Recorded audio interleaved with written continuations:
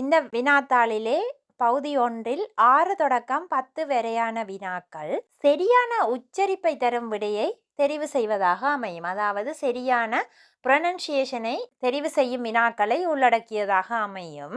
இவை நாங்கள் எங்களுடைய அனுபவம் மற்றும் பயிற்சியின் அடிப்படையிலேயே இவற்றுக்கான விடையை நாங்கள் தெரிவு செய்து கொள்ள முடியும். ஆகவே இதில் 6வது வினாவாக எங்களுக்கு கேட்கப்பட்டிருப்பது வத்துர மல என்ற சொல்லுக்கான சரியான உச்சரிப்பு. வத்துர மல அதாவது நீர்ப்பூக்கள், வத்துர மல.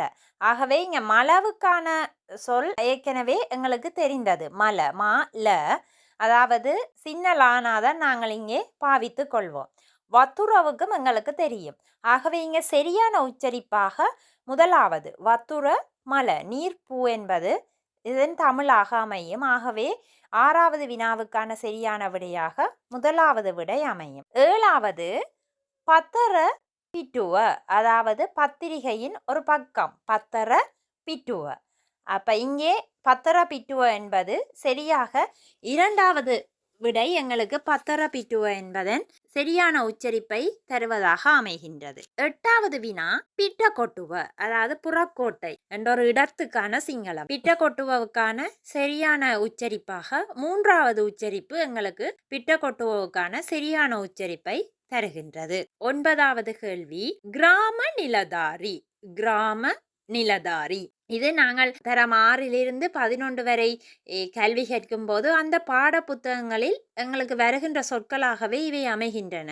ஆகவே நாங்கள் தொடர்ச்சியாக சிங்களத்தை படித்து கொண்டு வரும்போது இந்த சொற்களுக்கான சரியான உச்சரிப்புகளை நாங்கள் அறிந்து கொள்ளக்கூடியதாக இருக்கின்றது.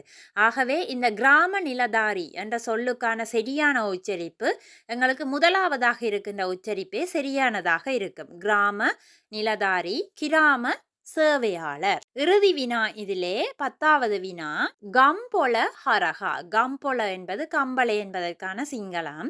ஹரஹா என்பது குறுக்காக, ஊடாக, வழியாக ஆகிய கருத்துக்களை தருவதாக இருக்கும். ஆகவே கம்பளை ஊடாக, கம்போல ஹரஹா.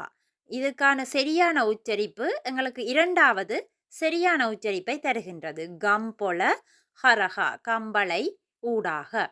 இவ்வாறாக 6 தொடக்கம் 10 வரையான வினாக்கள் சரியான உச்சரிப்பை தெரிவு செய்வதற்கான வினாக்களாக அமைகின்றது. அடுத்த காணொளியில் நாங்கள் 11வது வினாவிலிருந்து தொடர்ச்சியாக பார்த்து கொள்ளலாம்.